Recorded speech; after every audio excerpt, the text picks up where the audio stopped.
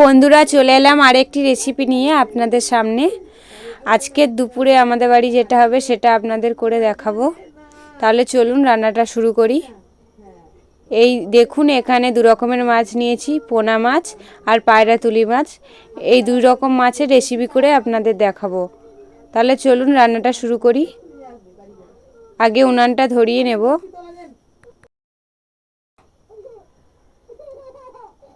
এখানে আগে আমি পোনা মাছটাকে লবণ হলুদ মাখিয়ে নেব। আগে পোনা মাছটা ভেজে নেব।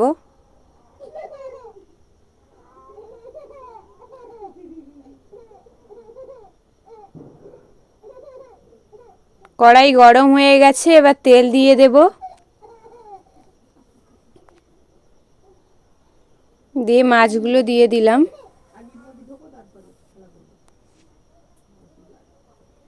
দেখুন আমার মাছ এক পিঠ ভাজা হয়ে গেছে।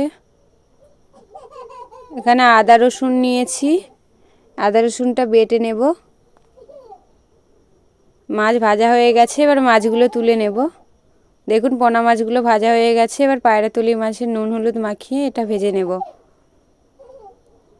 আর একটু তেল দিয়ে দিলাম, তেল মাছ ভাজার তেলের মধ্যে।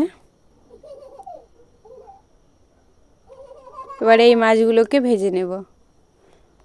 এখানে আদা রসুনটা বাটছিলাম, বেটে নেব।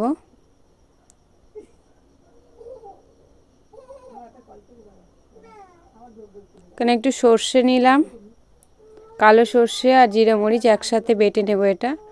এখানে দেখুন আমার মাছগুলো ভাজা হয়ে গেছে, পায়রাতুলি মাছগুলো রেখে দেব।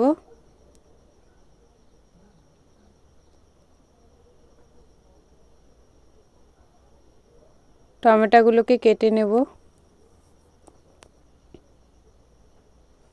তেজপাতা দিলাম কড়াইয়ে আর জিরে দিলাম। পেঁয়াজ কেটে রেখেছিলাম, পেঁয়াজ কাটা দিয়ে দিলাম। দিয়ে একটু ভালো করে নেড়ে ছেড়ে আদা রসুন বেটে রেখেছিলাম ওটা দিয়ে দিলাম। টমেটোগুলো কেটে রেখেছিলাম এই দিয়ে দিলাম। দিয়ে ভালো করে নেড়ে ছেড়ে লবণ দিয়ে দিলাম। দিয়ে এটা ভালো করে কষিয়ে নিতে হবে। নিয়ে এবার হলুদের গুঁড়ো দিয়ে একটু ভালো করে নেড়ে ছেড়ে লঙ্কার গুঁড়ো দিলাম। দিয়ে এটা ভালো করে কষিয়ে নিতে হবে। কষিয়ে নিয়ে অল্প করে জল দিয়ে আর একটু কষিয়ে নেব। এটা আমি পায়রাতুলি মাছের ঝালটা করব। দেখুন পরিমাণ মতো জল দিয়ে দিলাম। জল ফুটে উঠেছে তরকারির। এবারে মাছগুলো দিয়ে দিলাম। দেখুন আমার তরকারি প্রায় হয়ে এসেছে। দেখুন তরকারিটা ঢেলে নিলাম।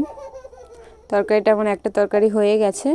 আর একটা তরকারি বসাচ্ছি। কড়াই তেল দিয়ে দিলাম, একটু জিরে ফোড়ন দিলাম আর পেঁয়াজ দিয়ে দিলাম। ভালো করে নেড়ে ছেড়ে নেব। এখানে আমি আলু সিদ্ধ করে রেখেছিলাম একটা, সেই আলুটা দিলাম এর মধ্যে। এবার ফুলকপি ধুয়ে রেখেছিলাম, ফুলকপি দিয়ে দিলাম। দিয়ে এটা ভালো করে কষিয়ে নিতে হবে। দিয়ে লবণ দিয়ে দিলাম, হলুদের গুঁড়ো, লঙ্কার গুঁড়ো দিলাম। দিয়ে ভালো করে নেড়ে চেড়ে নেব। ভালো করে ভাজা হয়ে গেছে, অল্প একটু জল দিয়ে ভালো করে কষাতে হবে তরকারিটা। দেখুন আমার তরকারিটা ভালো করে কষানো হয়ে গেছে। এবার টমেটো ছিল, টমেটো কুচি রেখেছিলাম, কেটে রেখেছিলাম টমেটো। দিয়ে ভালো করে কষিয়ে নিলাম। নিয়ে এবার তরকারিতে জল দিয়ে দিলাম, যাতে টমেটোর কাঁচা গন্ধ না থাকে। ওই জন্য ভালো করে কষাতে হবে তরকারিটায়।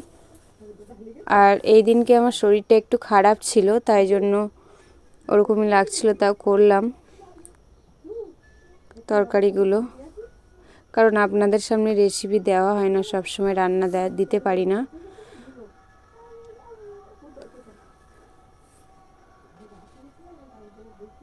দেখুন বন্ধুরা আমার তরকারি দুটোই হয়ে গেছে।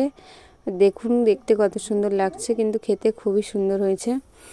আর আমরা বেশি তেল খাই না, সাদামাটাভাবেই করি।